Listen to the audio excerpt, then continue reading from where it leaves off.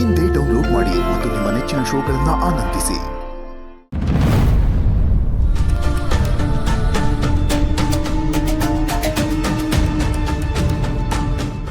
ಅಪ್ಪಯ್ಯ, ನ್ಯಾಯ ಪಂಚಾಯತಿ ಎಲ್ಲ ಯಾಕಪ್ಪಯ್ಯ? 4 ಗೋಡೆ ಮಧ್ಯೆ ತೀರ್ಮಾನ ಆಗೋ ವಿಷಯವ ಈಗ 4 ಜನದ ಮುಂದೆ ಹೇಳ್ಕೊಂಡ್ರೆ ನಮ್ಮನೆ ಮರುವಾದಿನ ಅಲ್ವೇನಪ್ಪಯ್ಯ ಹೋಗೋದು? ಮರಬೇಡ, ತುಂಬ ನಿಂತ್ಕೊಳ್ಳ, ಒಳ್ಳೆ ಪ್ರಕೃತಿ ಆಡ್ಬೇಡ. ಈಗೆಲ್ಲ ಉಳ್ದದೆ ನಮ್ಮ ಮರ್ಯಾದೆ. ಪೊಲೀಸವ್ರ ಮನೆ ಗಂಟ ಬಂದು ನಮ್ಮನ್ನೆಲ್ಲ ಅರೆಸ್ಟ್ ಮಾಡ್ತೀವಿ ಅಂತ ಹೇಳಿ ನಿನ್ಗೆ ಗೊತ್ತಿಲ್ವೇ? ಎಲ್ಲ ಗೊತ್ತಿದ್ದು ಸುಮ್ಮನೆ ಮಾತಾಡ್ತಿದ್ಯಲ್ಲ. ಈಗೆಲ್ಲ ಸಮಸ್ಯೆ ಪರಿಹಾರ ಆಯ್ತು ತಾನೆ? ಇದೆಲ್ಲ ಬೇಕಾ? ಏನು ಪರಿಹಾರ ಆಗ್ಲಿಲ್ಲ ಕಣೋ. ಬೂದಿ ಮುಚ್ಚಿದ ಕೆಂಡದ ತರ ಈಗಲೂ ಹಾಗೆ ಇದೆ. ಇದನ್ನ ನಾವು ಪೂರ್ತಿ ಆರಿಸ್ಬೇಕು, ಇಲ್ಲ ಅಂದ್ರೆ ಅದು ನಮ್ಮನ್ನೇ ಸುಟ್ಟಾಕ್ಬಿಡತ್ತೆ. ಯಾಕವ ಹಿಂಗೆಲ್ಲ ಹೇಳ್ತಿದ್ಯೆ? ಮೇಡಮ್ ಅವ್ರು ತಪ್ಪಿಲ್ಲ ಅಂತ ಅವ್ರು ಹೇಳ್ತಿದ್ರು, ಅವ್ರದೇ ತಪ್ಪು ಅನ್ನೋ ತರ ಯಾಕೆ ವಾದ ಮಾಡ್ತಿದ್ಯೆ? ಸುಮ್ಮನೆ ನಿಂತ್ಕೊಳ್ಳ, ಎಲ್ಲ ಗೊತ್ತಿರೋ ಥರ ಮಾತಾಡ್ಬೇಡ. ಎಲ್ಲಮ್ಮೆ ಚಿಂತನ ಕಾಣ್ತಾ ಇಲ್ವಲ್ಲ? ಅವಳು ಈಗಾಗಲೇ ತುಂಬ ನೊಂದ್ಕೊಂಡಿದ್ದಾಳೆ. ಈ ಪರಿಸ್ಥಿತಿಯಲ್ಲಿ ಇಲ್ಲಿಗೆ ಬಂದರೆ ಇನ್ನೂ ನೊಂದ್ಕೊಳ್ತಾಳೆ. ಅದಕ್ಕೆ ರೂಮಲ್ಲೇ ಇರು ಅಂತ ಹೇಳಿದೆ ರೀ. ಒಳ್ಳೆ ಕೆಲಸ ಮಾಡಿದೆ ಬಿಡು. ಇದನ್ನೆಲ್ಲ ನೋಡೋ ಕರ್ಮ ನಮಗಂತೂ ಅದೇ. ಪಾಪ ಇಂಥ ಪರಿಸ್ಥಿತಿಲಿ ಅವಳು ಯಾಕೆ ಇದನ್ನೆಲ್ಲ ನೋಡಬೇಕು? ಅಣ್ಣ, ಇನ್ನ ಎಷ್ಟೊತ್ತು ಕಾಯೋದು? ಪಂಚಾಯತಿ ಶುರು ಮಾಡೋಣವೇ? ಆಗ್ಬೋದು, ಶುರು ಹಚ್ಕೊಳ್ಳಿ. ಹಂಗಾರೆ ನಿಮ್ಮ ಸೊಸೆನ ಕರ್ಸ್ಬಿಡೋಣ, ಅದೇನು ಅಂತ ವಿಚಾರಿಸೋಣ. ಲೈ ಸಿದ್ದೇಗೌಡ, ಕರ್ಕೊಂಬರಲ್ಲ ನಿನ್ನ ಹೆಂಡ್ರನ್ನ? ಇವರೇ ಭಾವನಾ ಅಂದರೆ ಸಿದ್ದು ಅವ್ರ ಹೆಂಡತಿ. ಮಾಡೋದೆಲ್ಲ ಮಾಡ್ಬಿಟ್ಟು ಏನು ಕಿಸ್ತಾ ನಿಂತಿದ್ದಾಳೆ ನೋಡು. ನಿನ್ ಜನ್ಮಕ್ಕೆ ಮಾನ ಮರ್ಯಾದೆ ಅನ್ನೋದೇ ಇಲ್ವಾ ನಿಂಗೆ? ಕಂಡೋರ್ ಮನೆ ವಿಷಯಕ್ಕೆಲ್ಲ ದಂಡಿನ ಸಮೇತ ಬಂದು ಕೂತಿದ್ದೀರಲ್ಲ, ನಿಮಗ್ ನಾಚಿಕೆ ಇಲ್ಲ ಅಂದ್ಮೇಲೆ ನನಗೆ ಯಾಕಿರ್ಬೇಕು? ನೋಡಕ್ಕೆ ಗಿಳಿಯಂಗಿದ್ರು ಅಂತಿನ ತರ ಮಾತಾಡ್ತೀಯಾ? ನಮ್ಮ ಅಣ್ಣನ ಮೇಲೆ ಏನಕ್ಕೆ ಕಂಪ್ಲೇಂಟ್ ಕೊಟ್ಟೆ ನೀನು? ನಮ್ಮ ಅಣ್ಣ ಸಂಪಾದನೆ ಮಾಡಿರೋದು 3 ತಲೆಮಾರು ಕುತ್ಕೊಂಡು ತಿಂದ್ರು ಸವಿಯಲ್ಲ. ಅಂತದ್ರಲ್ಲಿ ನಿನ್ನ ಹತ್ರ ವರದಕ್ಷಿಣೆ ಕೇಳ್ತಾರ? ನಾವು ನಂಬೇಕಾ ಅದನ್ನ? ಅಲ್ವೇ ಮತ್ತೆ? ನೋಡಿ, ನಾನೇ ನಮ್ಮ ಮನೆಯವ್ರ ಮೇಲೆ ಯಾವ ಕಂಪ್ಲೇಂಟು ಕೊಟ್ಟಿಲ್ಲ. ಯಾರಿಗೋ ಬರ್ದು ಕೊಟ್ಟಿರೋ ಕಂಪ್ಲೇಂಟ್ನ ನನ್ನ ಮನೆಯವ್ರ ಮೇಲೆ ಕೊಟ್ಟಿದ್ದೀನಿ ಅಂತ ಪೊಲೀಸವರು ಕನ್ಫ್ಯೂಸ್ ಮಾಡ್ಕೊಂಡಿದ್ದಾರೆ. ಅಂದ್ರೆ ನೀನು ಒಬ್ಳೇ ಬುದ್ಧಿವಂತೆ, ಇಲ್ಲಿರೋರೆಲ್ಲ ದಡ್ರ? ಅವ್ರೇನು ಹಂಗೆ ಹೇಳಿದ್ರ? ಇರೋದನ್ನ ತಾನೇ ಹೇಳಿದ್ದು. ಲೈ ಸಿದ್ದೇಗೌಡ, ಸುಮ್ಮನೆ ಬಾಯಿ ಮುಚ್ಕೊಂಡು ನಿಂತ್ಕೊಳ್ಳ. ಅವರೆಲ್ಲ ಪ್ರಶ್ನೆ ಕೇಳ್ತಾವ್ರು ತಾನೆ, ಉತ್ತರ ನಿನ್ನ ಹೆಂಡ್ರು ಕೊಡ್ತಾಳೆ. ನಿಂತ್ಕೊಳ್ಳ ಸುಮ್ಮನೆ. ಬಂದ್ಬಿಟ್ಟ ಕಂಟ್ರೋಲ್ ಎಲ್ಲ ಹಾಟ್ಕೊಂಡು ಬಾಲ್ವಾ. ಏನಪ್ಪಯ್ಯ ಹಿಂಗಂತೀರಿ? ಅವ್ನ ಹೆಂಡತಿ ಪರವಾಗಿ ಅವ್ನು ಮಾತಾಡದೆ ಇನ್ಯಾರು ಮಾತಾಡೋರು? ಮಾತಾಡ್ಲಿ ಬಿಡಿ. ಲೋ ಮರಿಗೋಡ, ಹೆಂಡ್ತಿ ಅಂತ ಹೇಳಿ ಇವಳು ಹೆಂಡ ಕುಡ್ದು ಕೋತಿ ತರ ನಮ್ಮನ್ನೆಲ್ಲ ಆಟ ಆಡಿಸ್ತಿರೋದು. ಇವಳು ನೆಟ್ಟಗಿದ್ದಿದ್ರೆ ಹೀಗೆಲ್ಲ ಆಗ್ತಿತ್ತೇನೋ? ಅಣ್ಣ, ನಿಮ್ ಕಡೆ ನಾವು ಇಷ್ಟೊಂದು ಜನ ಎಲ್ಲ ಇದ್ದೀವಿ, ಎಲ್ಲಿ ಅವಳ ಕಡೆ ಒಬ್ರು ಇಲ್ಲ. ಜಂಬ ಬೇರೆ. ಇಂಥ ಮನೆಯಾಳ ಕೆಲಸಕ್ಕೆ ಯಾರು ತಾನೇ ಸಪೋರ್ಟ್ ಮಾಡ್ತಾರೆ ಹೇಳಿ? ಅಲ್ಲಿ ನಿಂತವನೆಲ್ಲ ಬೇಕುಪ್ಪ. ಆ ಬಡ್ಡಿ ಐದನೇ ಇವಳು ತಮ್ಮ ಮೈ ಮುರಿದು ಕೆಲಸ ಮಾಡೋಕ್ಕಾಗದೆ ಮಾವನ ಮನೆಗೆ ಬಂದು ಬಿಟ್ಟು ತಿನ್ಕೊಂಡು ಊರು ಅಲ್ಕೊಂಡು ಬಿದ್ದವನೆ.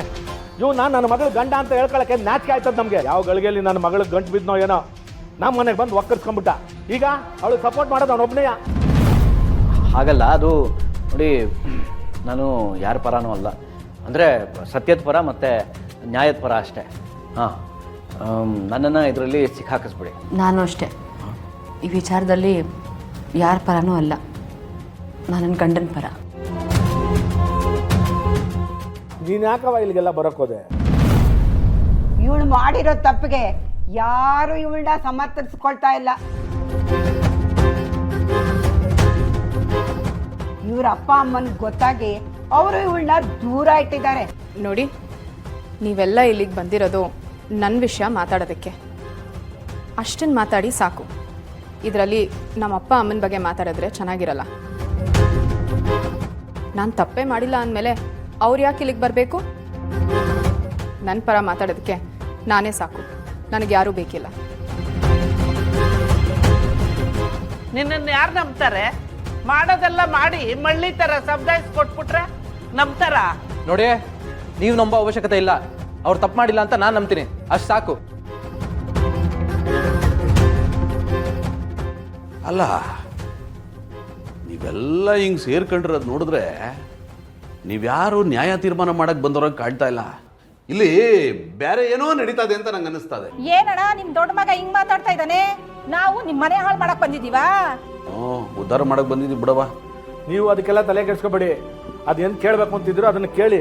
ನೀವೇನು ತೀರ್ಮಾನ ಮಾಡಬೇಕು, ಏನು ತೀರ್ಮಾನ ಕೊಡಬೇಕು ಅಂತ ಇದ್ರು ಅದನ್ನ ಕೊಡಿ. ತೀರ್ಮಾನ ಏನೋ ಕೊಡ್ಬೋದು, ಅವಳ ಕಡೆ ಯಾರು ಇಲ್ವಲ್ಲ.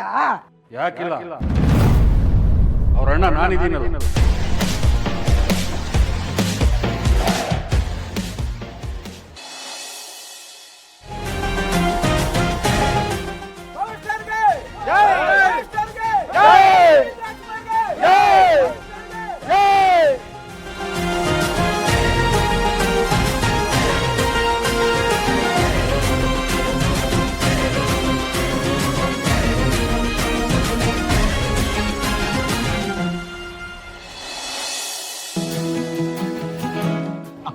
ನೀವು ಇಲ್ಲೇ ನಾನು ಹೋಗಿ ಟಿಕೆಟ್ ತಗೊಂಡ್ಬರ್ತೀವಿ. ಅಯ್ಯೋ, ಮೊದ್ಲೇ ಆನ್ಲೈನ್ ಅಲ್ಲಿ ಬುಕ್ ಮಾಡ್ಬೋದಿತ್ತಲ್ಲ, ಇಲ್ಲಿ ಬಂದು ಕ್ಯೂ ನಲ್ಲಿ ನಿಂತ್ಕೊಂಡು ತಗೋಬೇಕೇನಾ? ಅಮ್ಮ, ಆನ್ಲೈನ್ ಅಲ್ಲಿ ಬುಕ್ ಮಾಡ್ಕೊಂಡು ಸೀದಾ ಥಿಯೇಟರ್ ಒಳಗೆ ಹೋಗ್ಬಿಟ್ರೆ ಏನ್ ಮಜಾ ಇರುತ್ತೆ. ಈ ತರ ಥಿಯೇಟರ್ ಮುಂದೆ ಬಂದು ತಳ್ಳಾಡ್ತಾ ನೂಕಾಡ್ತಾ ಹೋಗಿ ಟಿಕೆಟ್ ತಗೊಂಡ್ ಬಂದ್ರೇನೆ ವರ್ಲ್ಡ್ ಕಪ್ ಗೆದ್ದಷ್ಟು ಖುಷಿ ಆಗೋದು. ಅದ್ರಲ್ಲೂ ನಮ್ಮ ಅಪ್ಪು ಬಸ್ ಸಿನಿಮಾನ ಹೀಗ್ ನೋಡಿದ್ರೆ ಮಜಾ. ಸರಿಯಾಗಿ ಹೇಳ್ದೆ ಕಣೋ. ನಾವು ಚಿಕ್ಕವನಿದ್ದಾಗ ಬೆಳಿಗ್ಗೆ 5 ಗಂಟೆಗೆ ಎದ್ದು ಮನೆಯವ್ರು ಹೇಳ್ದಲೆ ಕಾಂಪೌಂಡ್ ಆರಿ ಥಿಯೇಟ್ರಿಗೆ ಬಂದು ಕ್ಯೂನಲ್ಲಿ ನಿಂತ್ಕೊಂಡು ಒದ್ದಾಡಿ ಗುದ್ದಾಡಿ ಟಿಕೆಟ್ ತಗೊಂಡು ಅಣ್ಣವ್ರ ಸಿನಿಮಾ ನೋಡ್ತಾ ಇದ್ರೆ ಅದ್ರ ಖುಷಿನೇ ಬೇರೆ ಅಲ್ವಾ? ಹಾಗಿದ್ಮೇಲೆ ಮದ್ವೆ ಆದ್ಮೇಲೆ ಒಂದ್ ಸಿನಿಮಾಗೂ ನನ್ ಕರ್ಕೊಂಡ್ ಹೋಗಿಲ್ಲ. ನಾನ್ ಕರೆದಾಗ ನೀನ್ ಬರ್ದೆ ನಾಚ್ಕೊಳ್ತಿದ್ದೆ. ಈಗ ಮಗ ಕರೆದ ಬಂದ್ಬಿಟ್ಟಿದೆಯಲ್ಲ. ಹಾಗೇನಿಲ್ಲ. ಸರಿ, ನೀವು ಇಲ್ಲೇ ಇರಿ, ನಾನು ಹೋಗಿ ಟಿಕೆಟ್ ತಗೊಂಡ್ ಬಂದ್ಬಿಡ್ತೀನಿ. ಆಯ್ತು. ಸರಿ.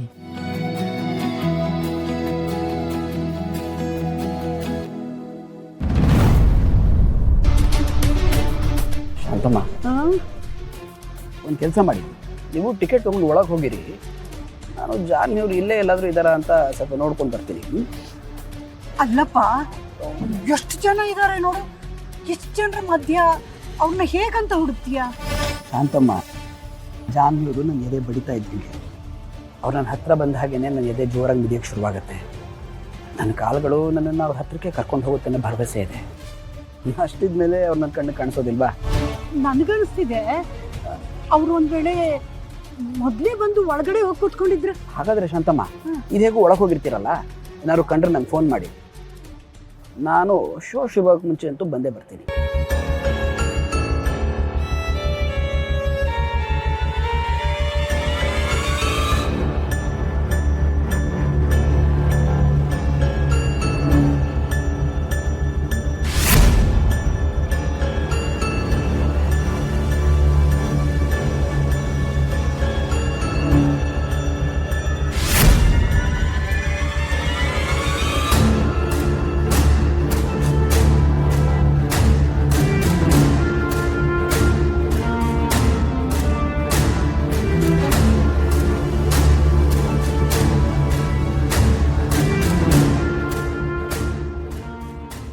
ಲಕ್ಷ್ಮೀ ನಿವಾಸ